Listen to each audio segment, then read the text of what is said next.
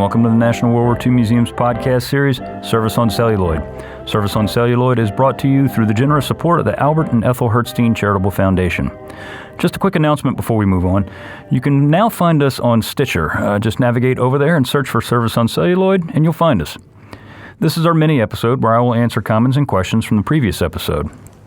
My name is Seth Paradin, Historian and Digital Content Manager here at the National World War II Museum in New Orleans, and today I'll be continuing our discussion on the 2014 film Monuments Men. Film centers on the story of American and British servicemen who are either recruited or assigned to a special unit that is designated by President Roosevelt himself to recover pieces of art that were stolen or plundered by the Nazis in Western Europe. Monuments Men stars George Clooney, Bill Murray, Matt Damon, John Goodman, Hugh Bonneville, and Cate Blanchett. The film was directed by George Clooney, written by Clooney and Grant Heslov, and produced by George Clooney as well. It is very loosely based on the book entitled Monuments Men, written by Robert Edsel. The film received mixed reviews upon its release. I remember Captain Romer took me about a week or 2 weeks later, and then he took me to Neuschwanstein, which was a castle. Well, it was really a palace where the Germans had shipped or being stored the treasures of the Rothschild family.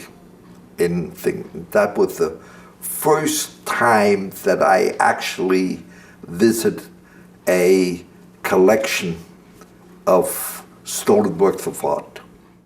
That was the voice of Harry Ettlinger. If you listen to the main episode of Monuments Men, you would have heard us mention Harry several times. You'll hear more from Harry in a little bit.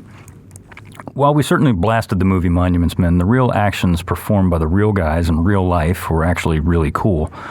As was stated in the main episode, the unit, such as it was actually formed in 1942.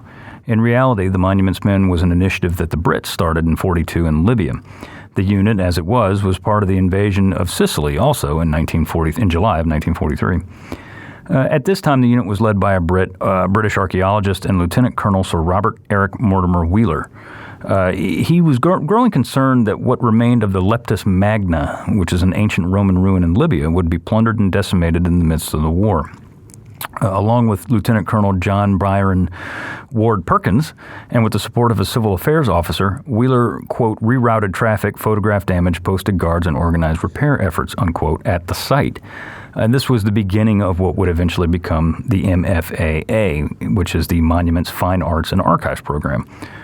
The original goal of these men was to save and restore statues, ancient ruins, and other cultural icons throughout North Africa, Sicily, and later Italy. The early version of the MFAA was composed mainly of British and French volunteers. It wasn't until the end of 1943, early 44, that Americans in large numbers began to appear in the intermingled unit. Once the Allies invaded Europe on June 6, 1944, the unit's mission changed from protecting statues, churches, and other brick-and-mortar cultural shrines, although they still did do that, to recovering and preserving stolen and looted art across Western Europe. It was widely known that the Nazis had looted many art museums, churches, and other cultural meccas across Europe to populate their own art museums that would, theoretically, be built after the Germans had won the war. The Führer was an art lover. He was a frustrated artist himself. He failed to get into art school in Vienna, and I think it was Vienna, it might have been Linz, I'm sorry.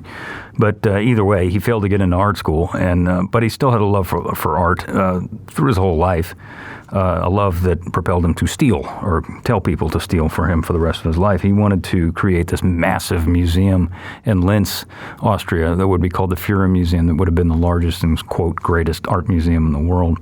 Of course, that never happened.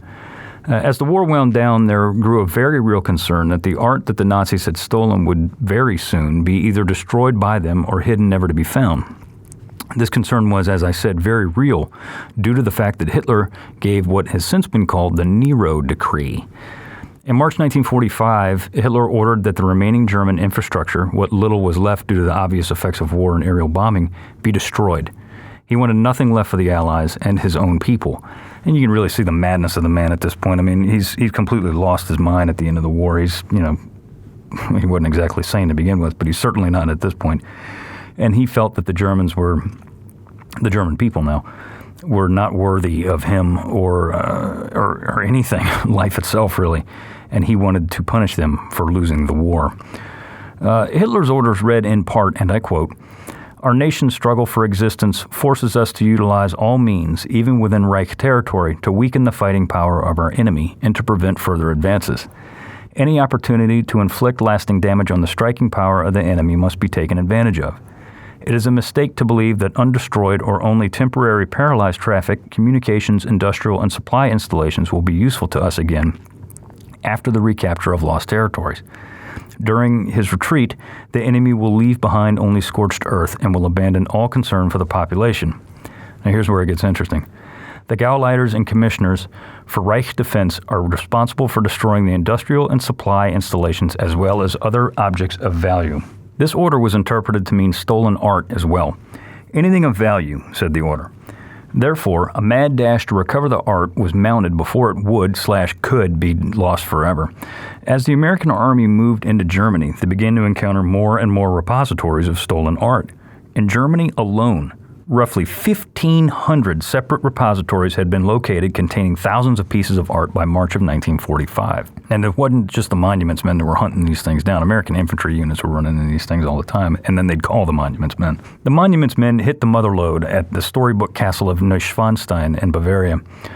Captain James Rorimer, who we talked about briefly in the main episode and who is theoretically played by Matt Damon in the film, Rorimer had been one of the earliest American monuments men. He had been told that there was a large repository of art in the castle, and at this time he grabbed one of his runners and took him with him to the castle to help both decipher and begin to dissect the treasures recently found there.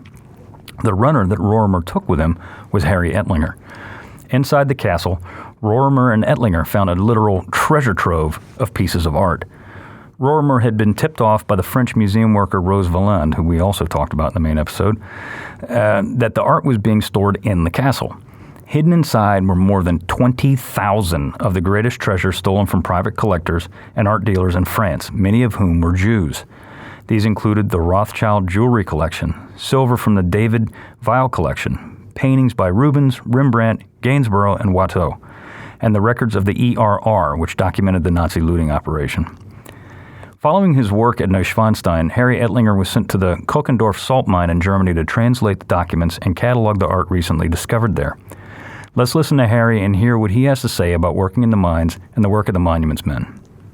And I'll never forget the time that we came to the gate to enter Neuschwanstein, because he was in charge. He was the man in charge of the castle and all art activity in the American zone of occupation. And then was told, go to Heilbronn, where there were two mines, Heilbronn and Kochendorf, where there were 40,000 cases of treasures stored. And unlike what the monuments men did, they had established 3 collection points. One of them happened to be in the former headquarters of the Nazi party in Munich, and the other one was in Wiesbaden, and the third one was in Offenbach, above ground, where they collected these thousands and thousands of paintings, tens of thousands of paintings. The one in Munich became the biggest museum, biggest collection of art ever put in one place. They decided that in lieu of taking out 40,000 cases to investigate, they would leave them there, but send 2 monuments men in there. That's what we ended up. So that's where Private Harry Ettlinger and Lieutenant Ford was assigned to this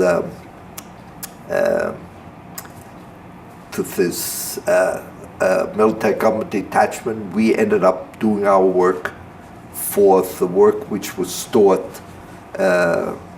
in these 2 salt mines 700 feet down. And it turned out to be that Lieutenant Ford did most of the work in an office up above ground with the help of three German professionals. One of them a art historian, and the other one a businessman, and the third one who happened to be who was a member of the German group that was formed to steal things. Okay, he spent the war in Paris over here on it, but obviously we felt over here he could come along and tell us information, on it.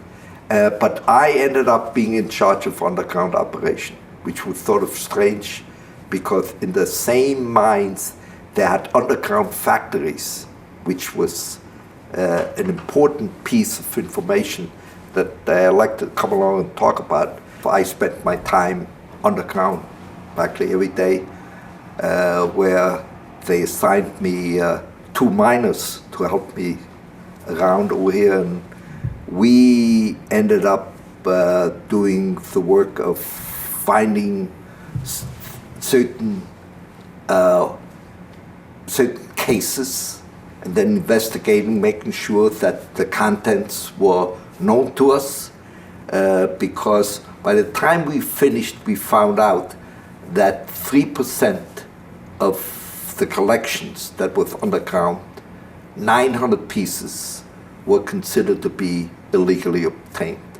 And the rest of it, 97%, were returned to the Germans, because we Americans established the philosophy, the policy, that we would not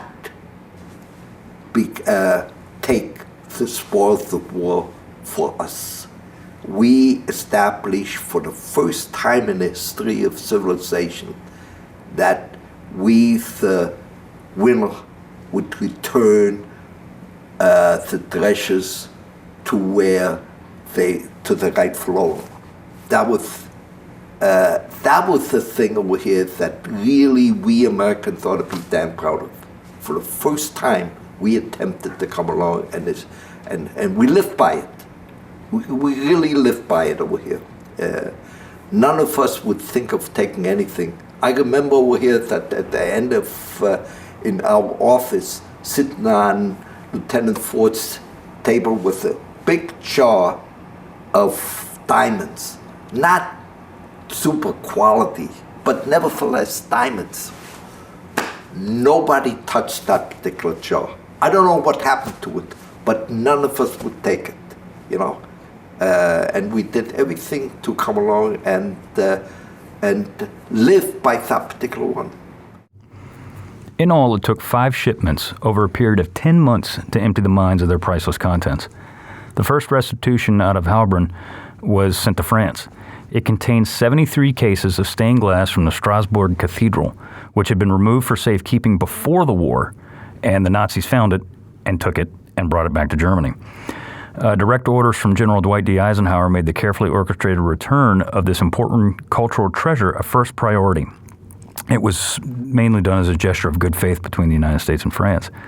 The convoy arrived to ferry the windows home, departed from Heilbronn in mid-September 1945. Upon the window's reinstallation, the people of Strasbourg literally danced in the streets. The work of the Monuments Men continued through the spring of 1945 into the summer. A monetary amount, frankly, could never be placed on all the treasures recovered by the unit. And honestly, money doesn't replace cultural significance in any way, considering the alternative had the Monuments Men not either found or safeguarded the countless treasures they encountered from North Africa to the Alta mine in Germany.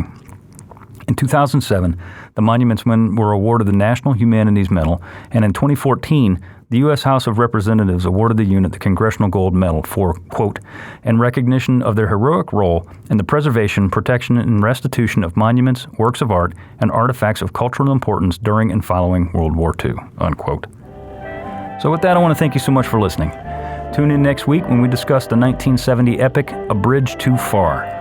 If you'd like to listen to Harry Ettlinger's complete oral history featured here today, please visit our digital collections at www.online.org. That's www.2online.org. You can follow us on Facebook, Instagram, and Twitter at Service on Celluloid. Be sure to rate and review us on iTunes if you like what you hear. Don't forget to find us on Stitcher and subscribe as well. I'd like to thank everyone who made this podcast possible, our producer, Tessa Jager, and our sound engineer, Jeremy Burson. This has been a production of the National World War II Museum.